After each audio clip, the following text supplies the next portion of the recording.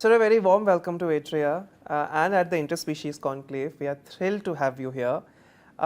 Before I jump to the technical bits and ask you questions about environmental policy and your work and Interspecies Conclave, I would love to go back at the beginning. How was your journey, sir? So, you have been in environment for over 3 decades with different organizations today.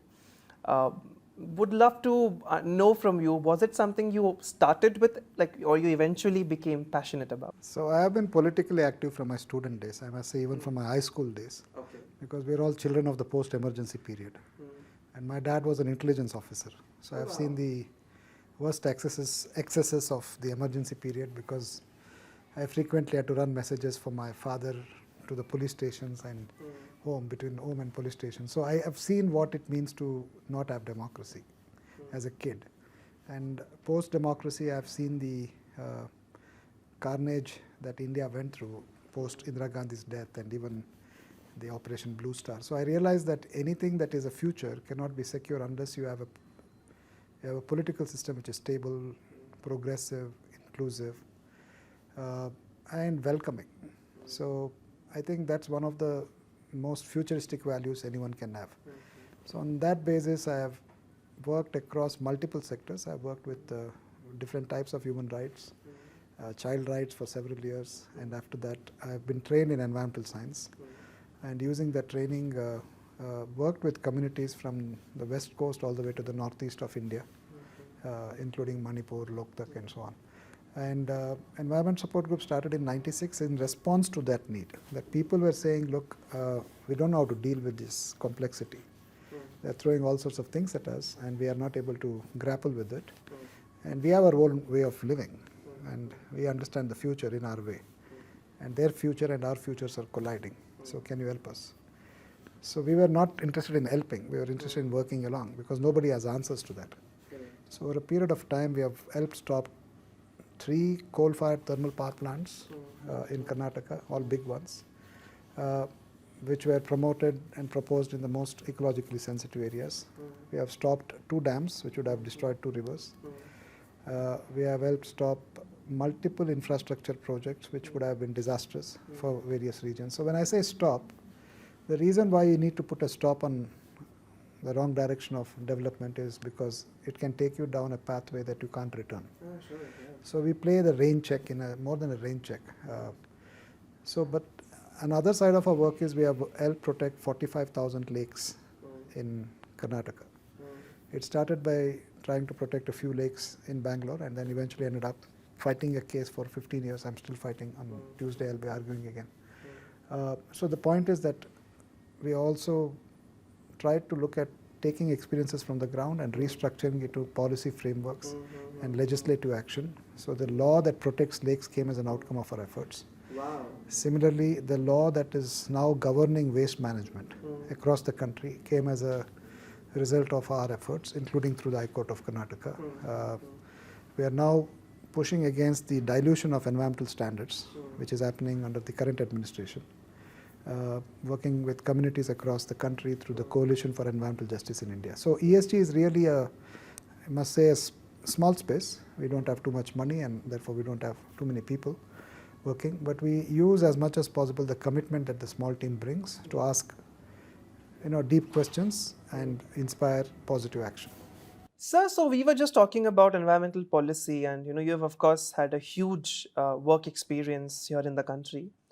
So when we think of environmental policy in India, and of course, as you know, West has a very different prerogative where civil society organizations have a much more say in policy making, at least in environment. And you have been at the forefront in the country to lead such movements. Today, if you look back, what major reform do you think has happened in Indian environmental policy in the past decade? Do you think NGOs, civil society organizations have gained more power? Like you were just talking about the lake law in Bangalore, where you were instrumental in having the government to kind of pass a regulation to protect or conserve the lakes. So what would you say about that? See, India has a long tradition of actually making policy which is sound. So it started, if you look at 1980 ND Tiwari Committee on Science, Technology, Environment and Forests. That committee went around the country for a year and formulated a policy which was very progressive and inclusive. And the team actually was accessible to anyone across the country. And that policy resulted in the Environment Protection Act, a brief law, but a very powerful law because it provided the idea of criminal jurisprudence backing civil jurisprudence so that we can save nature, natural resources, and rights associated with it. India is also perhaps the only country which came up with the Forest Rights Act, which is a very, very progressive law because it set right historical injustices done to the Adivasis, indigenous communities. We have more than 100 million of our people who are Adivasis. Correct. So that's the size of several countries in Europe, that population alone. It's 3 times the size of Canada, the population. And yet we have treated them with such horror that finally in 2006 we said we are sorry, but more than saying sorry, which is what the American President Bill Clinton did, he just said sorry, but they actually go forward and do something positive? I don't think so. But we did that and said that any forest diversion where Adivasis live, where forest dwelling communities are, cannot be done by the state unless they consent. Now that's a very historic shift. We also had the amendment to the Forest Conservation Act because in 1980 when states were being liberal in diverting forests, then Prime Minister Indira Gandhi said, no, this is not the right way to go. Let's put a rain check on that. But what has happened subsequently after 1986, we had the Environment Protection Act, we had a series of laws, rules and other things. We had the Biodiversity Act in 2002, which was an outcome of almost 8 years of debate and discussion after the Rio Declaration in 92. My point is that we have always looked at working globally through an internationalist spirit in developing laws and policies which are in sync with the earth as one family. However, more recently what is happening to us is that there is a very insular momentum that is being built as if India can exist on its own. So in 2014, one of the first decisions Prime Minister Modi took was to actually look at all the policies and laws that we have had to protect our environment and forests. And he appointed TSR Subramanian. And the committee didn't do as much work as earlier committees had done. It just ran around the country, held some ritual consultations and came up with a report within 3 months' time. We had to condemn the report because it was disastrous. So my colleague Bhargavi and I wrote a critique of it called a non-trivial threat to India's ecological security and therefore national security. And that report and policy was withdrawn. However, subsequently what is happening is the features of the policy are being taken and turned into law. The Biodiversity Act amendment went through a few days ago in Parliament in the Lok Sabha. The Forest Rights Act, Forest Conservation Act is being amended. Lok Sabha has passed it. The danger of that is it is actually looking at diluting the best provisions which are protected of forests, biodiversity and associated traditional knowledge and wisdom. If you take that away and you believe that somehow we are going to manage it because the state knows better, the corporates know better, I think we are disaster bound. So we are in a very, very, very, very bad situation.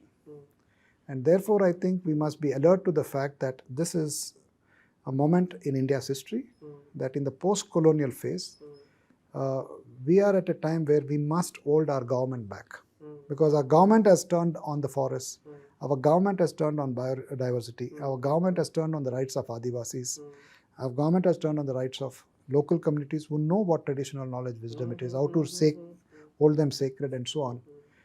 So sometimes that's the job of people and we are engaged with that.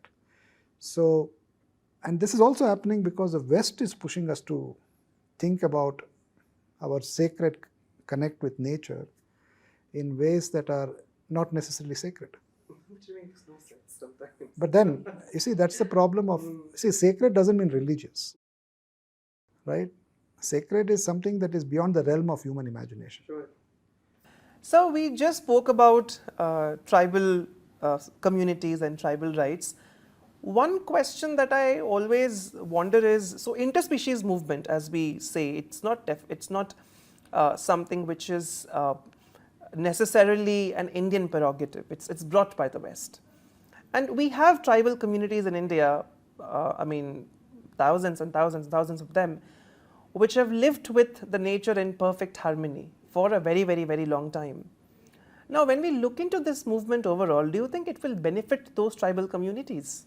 See, the idea of interspecies is what should be the idea of living on this living planet.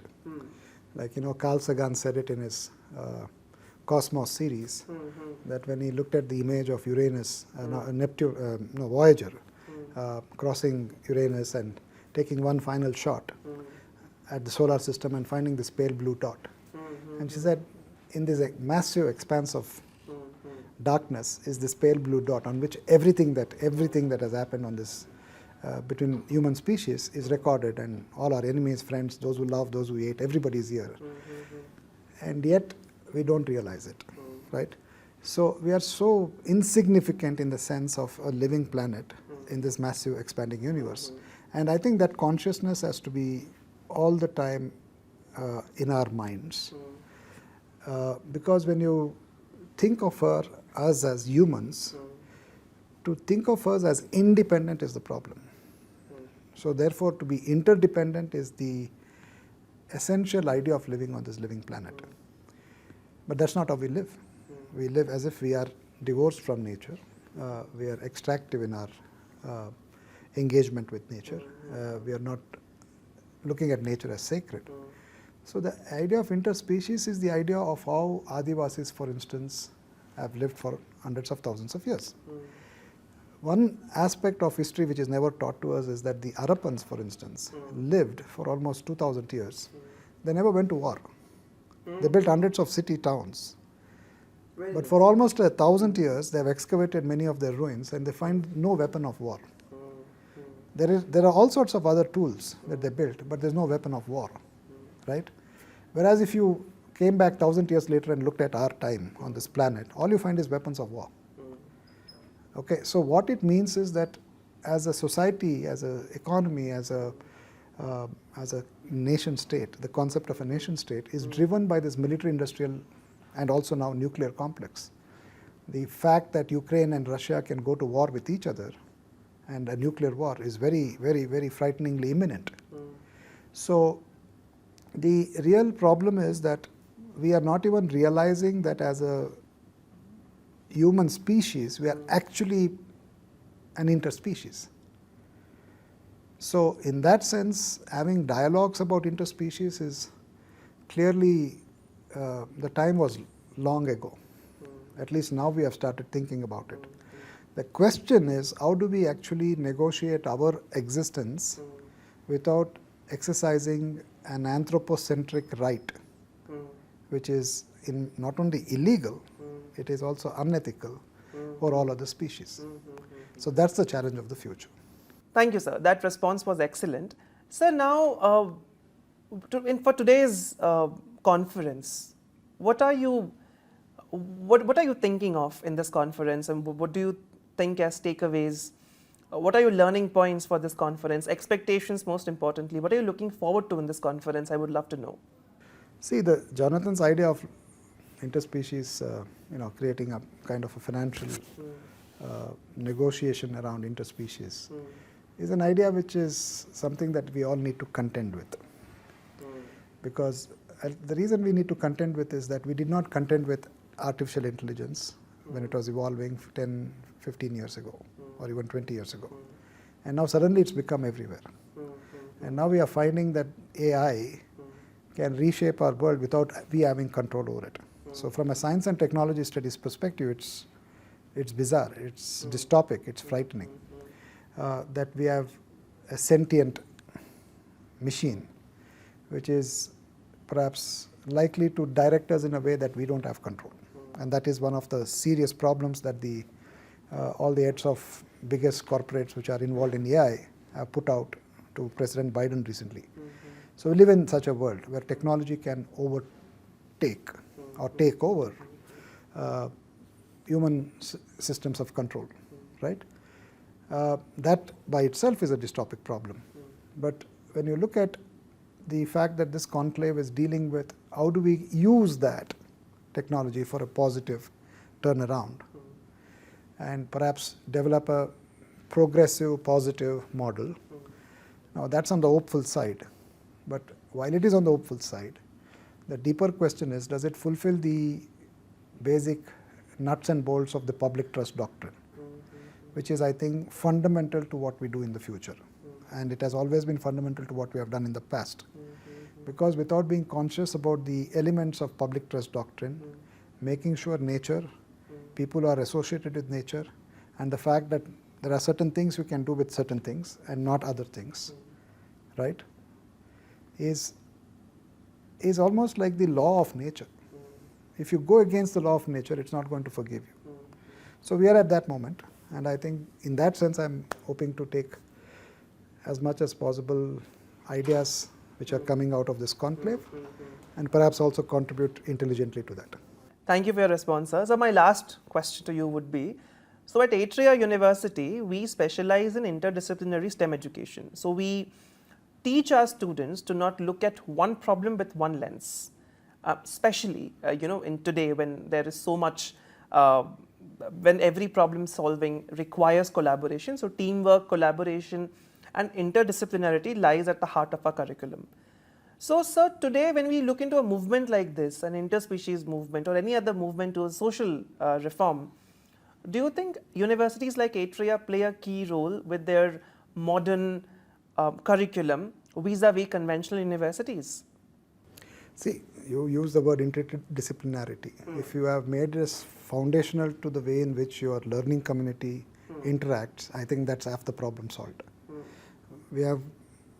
I hated my education. In fact, I even wrote a treatise on how chemistry should be taught in my chemistry exam, and obviously I failed. Because I was just tired of answering those mundane questions to get some points on the board and call that pass. In fact, everybody fails if you answer those questions because they were terrible. And the fact that you come out saying I got a rank, to me is a statement of stupidity, because that is how we were taught. That is how the syllabus was built. It was so insular, it was so reductionist, and it was absolutely not interdisciplinary. So the fact that you have a university which is actually founding itself on the idea of interdisciplinarity, intersectorality, intersectionality is, I think, critical. That's where we come from in Environment Support Group. That's how we operate. We don't look at anything by itself. Everything is within a context. Manipur has happened because of the context. It by itself didn't happen. And if you want to resolve that problem, it can only be resolved by a contextual change, not by just saying, hey, stop fighting. All right? So in the same way we have problems with Kaveri water, we are extractivist city. Bangalore is extracting from the Kaveri. You can destroy the Kaveri. You can kill the Kaveri by building Mekedatu dam. So we want a conscious citizenry which can interrogate political and bureaucratic classes and tell them, hey, you know what, you're going the wrong way. This is not for you to destroy that river. So if that kind of power of conviction, communication, capability and competence is developed in a student, I think you're going the right way. Thank you, sir. Thank you for this. Thank you, sir. Thank you.